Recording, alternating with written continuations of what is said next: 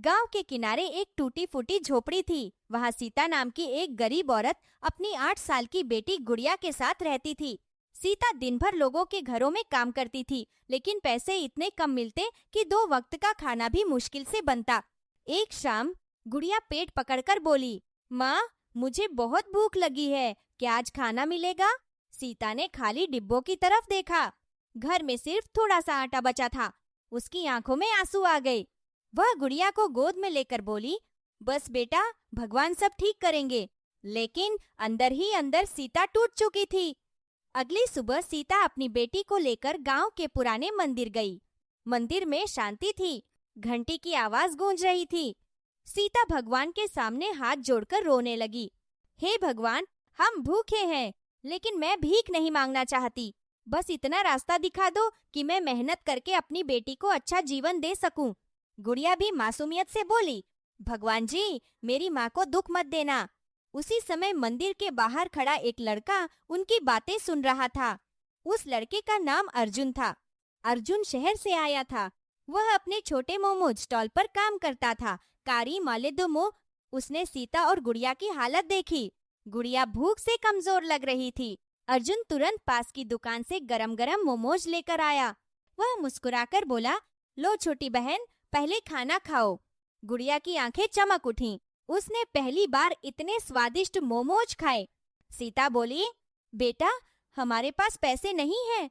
अर्जुन हंसकर बोला, मैं पैसे नहीं, आपकी मुस्कान चाहता हूँ। अर्जुन रोज मंदिर के पास अपना छोटा मोमोज स्टॉल लगाता था।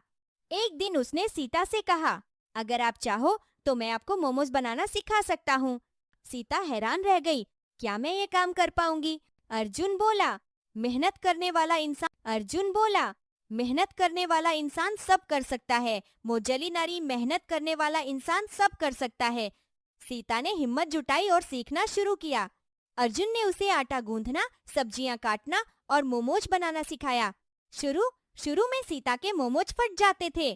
कभी नमक ज्यादा हो जाता, कभी आकार खराब बनता, लेकिन वह हार नहीं मानती। गुड़िया खुशी से ताली बजाती, माँ, आप सबसे अच्छे मोमोज बनाओगी। सीता दिन रात मेहनत करने लगी। दिनों बाद अर्जुन ने अपनी बचत से सीता के लिए एक छोटा सा ठेला बनवाया। उस पर लिखा था, सीता मोमोज सेंटर। सीता की आंखों में खुशी के आंसू आ गए। पहले दिन सिर्फ 5 प्लेट मोमोज बिके, लेकिन लोगों को स्वाद बहुत पसंद आया। धीरे धीरे गांव के लोग रोज आने लगे। मुश्किलें भी आईं। एक दिन तेज बारिश आई। सारा ठेला भीग गया। सीता उदास होकर बोली, शायद हमारी किस्मत कभी नहीं बदलेगी। तभी गुड़िया उसका हाथ पकड़कर बोली, माँ, आपने ही तो कहा था भगवान मेहनत करने वालों का साथ देते हैं। सीता को अपनी बेटी की बात से हिम्मत मिली। अगले दिन उसने फिर से काम शुरू किया। सीन 8, मेहनत का फल। कुछ महीनों बाद सीता का मोमोज स्टॉल पूरे गांव में मशहूर हो गया। लोग दूर दूर से मोमोज खाने आने लगे। अब उनके घर में खाना भी था, अच्छे कपड़े भी, और गुड़िया स्कूल भी जाने लगी। एक दिन सीता मंदिर गई और भगवान के सामने मुस्कुराकर बोली, धन्यवाद भगवान, आपने हमें भीख नहीं, मेहनत का रास्ता दिया। उसी समय अर्जुन भी वहां आया। सीता बोली, अगर उस दिन तुम हमारी मदद नहीं करते तो शायद हम आज यहाँ नहीं होते। अर्जुन मुस्कुराया, मैंने सिर्फ रास्ता दिखाया, मंजिल तक आप अपनी मेहनत से पहुंची हो। एक्सीली, भगवान हमेशा मेहनत करने वालों की मदद करते हैं। दूसरों की मदद करने से किसी की एक छोटे से गांव में राजू नाम का एक लड़का रहता था। उसका परिवार बहुत गरीब था। घर में बस वो और उसकी माँ ही थे। उसके पिता का कई साल पहले देहांत हो चुका था। उसकी माँ सरस्वती देवी हमेशा बीमार रहती थी। राजू बहुत मेहनती था, लेकिन उसके पास कोई नौकरी नहीं थी। वह रोज गांव में काम ढूंढता, पर कहीं काम नहीं मिलता। उसकी सबसे बड़ी चिंता उसकी माँ की बीमारी थी। एक दिन उसकी माँ की तबीयत बहुत ज्यादा बिगड़ गई। बेटा, अगर मेरे पास दवाई के पैसे होते, माँ ने कमजोर आवाज में कहा। राजू की आंखों में आंसू आ गए। माँ, आप चिंता मत करो, मैं कुछ भी करूंगा, लेकिन आपका इलाज जरूर करवाऊंगा। उस रात राजू सो नहीं पाया। उसने फैसला किया कि अब गांव में रहकर कुछ नहीं होगा। अगली सुबह राजू अपनी माँ को पड़ोसी के भरोसे छोड़कर शहर जाने निकल पड़ा। उसके पास सिर्फ 200 रुपए थे। शहर पहुंचकर उसे बहुत मुश्किलें आईं। उसे कोई काम नहीं मिला। कई दिन तक वह भूखा भी रहा। एक दिन वह रेलवे स्टेशन पर बैठा था। तभी उसने देखा कि एक आदमी चाय बेच रहा है और अच्छी कमाई कर रहा है। राजू के मन में एक विचार आया। उसने बची हुई थोड़ी सी रकम से चाय बनाने का सामान खरीदा और स्टेशन पर चाय बेचने लगा। शुरू में कोई उसकी चाय नहीं खरीदता था। लोग कहते, नई चाय है, पता नहीं कैसी होगी। लेकिन राजू ने हार नहीं मानी। उसने अपनी चाय का स्वाद बेहतर किया, लोगों से प्यार से बात की। धीरे धीरे लोग उसकी चाय पसंद करने लगे। अरे भाई, राजू की चाय तो बहुत बढ़िया है, एक यात्री ने कहा। अब उसकी कमाई होने लगी। राजू हर महीने पैसे अपनी माँ को भेजता था। वह फोन पर कहता, माँ, दवाई लेना मत भूलना। उसकी माँ का इलाज शुरू हुआ और धीरे धीरे उनकी तबीयत ठीक होने लगी। कुछ महीनों बाद माँ पूरी तरह स्वस्थ हो गई। राजू ने कड़ी मेहनत करके थोड़ा पैसा जमा किया और गांव वापस लौटा। माँ ने उसे गले लगाकर कहा, बेटा, तूने तो मेरी जिंदगी बचा ली। राजू ने गांव में एक छोटी सी चाय की दुकान खोल ली। अब उसकी कमाई स्थिर हो गई थी। कुछ समय बाद गांव वालों ने राजू की शादी सीमा नाम की एक समझदार और दयालु लड़की से करवा दी। सीमा बहुत अच्छी बहू थी। वह राजू की माँ का बहुत ध्यान रखती थी। माँ जी, दवाई का समय हो गया है, सीमा रोज प्यार से कहती। माँ भी खुश रहती और कहती, मुझे तो बहू नहीं, बेटी मिली है। अब राजू का घर खुशियों से भर गया था। राजू की मेहनत, सीमा की सेवा और माँ का आशीर्वाद सब मिलकर एक सुंदर परिवार बना चुके थे। राजू अक्सर सोचता, अगर मैं उस दिन हार मान जाता तो आज ये सब नहीं होता। सीख, मेहनत और हिम्मत से हर मुश्किल को हराया जा सकता है। माँ बाप की सेवा सबसे बड़ा धर्म है। सच्ची लगन और प्यार से जीवन में खुशियां जरूर आती हैं।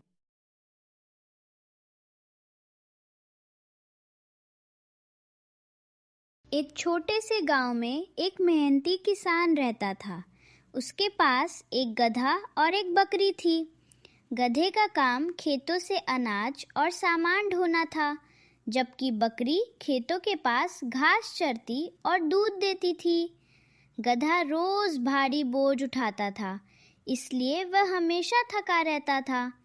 दूसरी ओर बकरी का जीवन उसे आसान और आराम भरा लगता था। धीरे धीरे गधे के मन में यह भावना आने लगी कि उसके साथ ज़्यादा मेहनत करवाई जाती है और बकरी ज़्यादा आराम करती है। एक दिन किसान बाजार जाने की तैयारी कर रहा था। उसने गधे की पीठ पर अनाज के भारी बोरे रख दिए। रास्ता लंबा था और धूप तेज थी। चलते चलते गधा बहुत थक गया। तभी उसके मन में काम से बचने का विचार आया। उसने रास्ते में गिरकर बीमार होने का नाटक किया। किसान अपने जानवर को इस हालत में देखकर चिंतित हो गया। उसे लगा कि गधा सच में चलने लायक नहीं है। अब बाजार तक सामान पहुंचाना जरूरी था, इसलिए उसने मजबूरी में वही बोझ बकरी की पीठ पर रख दिया। बकरी ने पहले कभी इतना भारी वजन नहीं उठाया था। वह धीरे धीरे चलने लगी और कुछ ही दूरी में थक गई। उसके लिए यह काम बहुत कठिन साबित हुआ। किसान को समझ आने लगा कि गधे ने काम से बचने की कोशिश की है। कुछ समय बाद गधे को अपनी गलती का एहसास हुआ। उसने देखा कि उसकी वजह से बकरी को परेशानी उठानी पड़ रही है। उसे समझ आया कि हर जीव का अपना अलग काम और जिम्मेदारी होती है। जो काम बाहर एक छोटे से गांव के किनारे एक टूटी फूटी सड़क के पास रामू नाम का एक ढाबा वाला रहता था। उसका ढाबा छोटा था, कमाई भी बहुत कम थी, लेकिन उसका दिल बहुत बड़ा था। रामू की एक आदत थी, वो कभी किसी को भूखा नहीं जाने देता था। अगर किसी के पास पैसे नहीं होते तो वो मुस्कुराकर कहता, कोई बात नहीं, पहले पेट भर खाना खाओ। हर सुबह रामू जल्दी उठता, चूल्हा जलाता, दाल बनाता, रोटियां सेंकता और पूरे दिन जो भी आता उसे प्यार से खाना खिलाता। गांव वाले अक्सर कहते, रामू, तू इतना फ्री में खाना क्यों देता है? रामू बस मुस्कुरा देता और कहता, भगवान सब देख रहा है, वो जरूर कुछ अच्छा करेगा। फिर एक दिन बहुत तेज बारिश हो रही थी। सड़क पूरी खाली थी, कोई भी ग्राहक नहीं था। रामू ढाबा बंद करने ही वाला था, तभी एक बड़ा ट्रक आकर उसके सामने रुका। ट्रक से एक आदमी उतरा, पूरी तरह भीगा हुआ, थका हुआ और बहुत उदास। वो धीरे से बोला, भाई बहुत भूख लगी है, लेकिन मेरे पास पैसे नहीं हैं। रामू ने बिना कुछ सोचे कहा, अरे भाई, पैसे की चिंता मत करो, यहाँ कोई भूखा नहीं जाता। उसने गर्मा गर्म खाना परोसा, दाल, रोटी, चावल। ड्राइवर ने खाना खाया और उसकी आंखों में आंसू आ गए। वो बोला, आज तक किसी ने मेरे साथ इतना अच्छा व्यवहार नहीं किया। खाना खत्म होने के बाद ड्राइवर मुस्कुराया और बोला, रामू, मैं सिर्फ एक ट्रक ड्राइवर नहीं हूँ। रामू हैरान रह गया। ड्राइवर ने बताया, वो एक बड़ी फूड कंपनी का मालिक है, बूर कंपनी का मालिक है, और वो लोगों की इंसानियत देखने के लिए ऐसे घूमता है। फिर उसने कहा, रामू, रामू, मैंने तुम्हारा दिल देखा है, अब मैं तुम्हारी मदद करना चाहता हूँ। कुछ ही महीनों में रामू का छोटा सा ढाबा एक बड़ा और सुंदर रेस्टोरेंट बन गया। अब वहाँ बहुत सारे ग्राहक आते थे, अच्छी कमाई होने लगी। लेकिन रामू आज भी वैसा ही था। वो आज भी गरीबों को फ्री में खाना खिलाता था और हर किसी से प्यार से बात करता था। एक दिन वही ट्रक वाला फिर आया। रामू ने उसे पहचान लिया और खुशी से गले लगा लिया। रामू बोला, आपने मेरी जिंदगी बदल दी। ड्राइवर मुस्कुराया और बोला, नहीं रामू, तुम्हारी अच्छाई ने तुम्हारी किस्मत बदली है। इस कहानी से हमें क्या सीख मिलती है? अच्छाई कभी बेकार नहीं जाती। जो दिल से मदद करता है वो हमेशा जीतता है, और एक छोटा सा अच्छा काम किसी की जिंदगी बदल सकता है। अगर आपको ये कहानी पसंद आई तो वीडियो को लाइक करें और ऐसे ही दिल छू लेने वाली कहानियों के लिए सब्सक्राइब जरूर करें। क्या होगा अगर चांद पर भी लोग चिकन रोटी खाने जाएं और एक छोटा सा लड़का ऐसा होटल खोल दे जिसकी खुशबू धरती तक पहुंच जाए, लेकिन उस होटल के पीछे छिपा था एक ऐसा राज जिसने पूरी दुनिया बदल दी। कहानी की शुरुआत उत्तर प्रदेश के एक छोटे से गांव में आरव नाम का लड़का रहता था। उसके पापा सड़क किनारे छोटा सा ढाबा चलाते थे। वहां की तंदूरी चिकन और गरम रोटी पूरे इलाके में मशहूर थी, लेकिन लोग अक्सर उनका मजाक उड़ाते। अरे छोटे ढाबे वाले, तुम लोग जिंदगी में क्या बड़ा कर लोगे? आरव चुप रहता, लेकिन उसके दिल में एक बहुत बड़ा सपना था। वह रात को आसमान में चांद को देखता और कहता, एक दिन मैं चांद पर होटल खोलूंगा। सब लोग हंसते। दोस्त कहते, पागल हो गया है क्या, चांद पर कोई होटल खोलता है? लेकिन उसकी माँ हमेशा कहती, अगर मेहनत सच्ची हो तो आसमान भी छोटा पड़ जाता है। आरव पढ़ाई में बहुत तेज था। दिन में ढाबे पर काम करता और रात में साइंस पढ़ता। धीरे धीरे उसने छोटे छोटे रोबोट बनाना सीख लिया। फिर उसने एक ऐसी मशीन बनाई जो अंतरिक्ष में खाना गर्म रख सकती थी। उसकी खोज की खबर बड़े वैज्ञानिकों तक पहुंच गई। एक दिन उसे भारत की सबसे बड़ी स्पेस कंपनी से बुलावा आया। उन्होंने कहा, हम चांद पर इंसानों के रहने की तैयारी कर रहे हैं, क्या तुम वहां पहला होटल बनाना चाहोगे? आरव की आंखों में आंसू आ गए। उसने तुरंत हाँ कर दी। चांद पर पहला होटल। कई सालों की मेहनत के बाद आखिर वो दिन आ गया। एक बड़ा रॉकेट आसमान में उड़ा। उस रॉकेट में था। चांद पर उतरते ही सब लोग हैरान रह गए। होटल पूरी तरह कांच जैसा चमक रहा था। बाहर लिखा था, जादुई जंगल का रहस्य। एक छोटे से गांव में अर्जुन नाम का एक लड़का रहता था। वह बहुत जिज्ञासु था और उसे नई नई जगहों को खोजने का बहुत शौक था। गांव के पास एक घना जंगल था जिसके बारे में लोग कहते थे कि वहां जादू होता है, लेकिन कोई भी वहां जाने की हिम्मत नहीं करता था। एक दिन अर्जुन ने ठान लिया कि वह उस जंगल का रहस्य जरूर पता लगाएगा। सुबह सुबह वह चुपके से जंगल की ओर निकल पड़ा। जैसे ही वह अंदर गया, उसे लगा जैसे वह किसी और दुनिया में आ गया हो। पेड़ चमक रहे थे, हवा में हल्की सी रोशनी तैर रही थी और पक्षियों की आवाजें भी अलग तरह की थीं।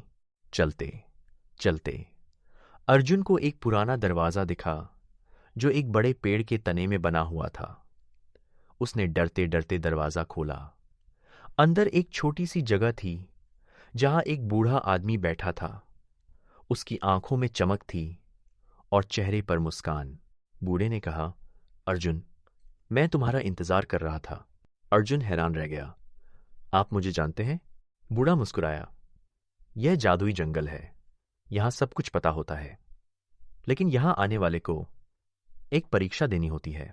अर्जुन ने हिम्मत दिखाते हुए कहा, मैं तैयार हूं। बूढ़े ने उसे एक छोटी सी चमकती हुई गेंद दी और कहा, इसमें जादू है, लेकिन इसका इस्तेमाल तभी करना जब तुम्हें सच में जरूरत हो। अगर तुमने लालच में इसका इस्तेमाल किया तो यह जादू खत्म हो जाएगा। अर्जुन ने गेंद ली और जंगल से बाहर आ गया। कुछ दिन बाद गांव में एक बड़ी समस्या आ गई। सूखा पड़ गया और पानी बिल्कुल खत्म हो गया। लोग परेशान हो गए। अर्जुन के पास वही जादुई गेंद थी। वह सोचने लगा, क्या वह इसका इस्तेमाल करे? वही जादुई गेंद थी। वह सोचने लगा, क्या वह इसका इस्तेमाल करे या नहीं। उसने लालच नहीं किया, बल्कि गांव वालों की मदद के लिए गेंद का इस्तेमाल करने का फैसला किया। उसने आंखें बंद की और दिल से प्रार्थना की। अचानक आसमान में बादल छा गए और तेज बारिश शुरू हो गई। पूरा गांव खुश हो गया।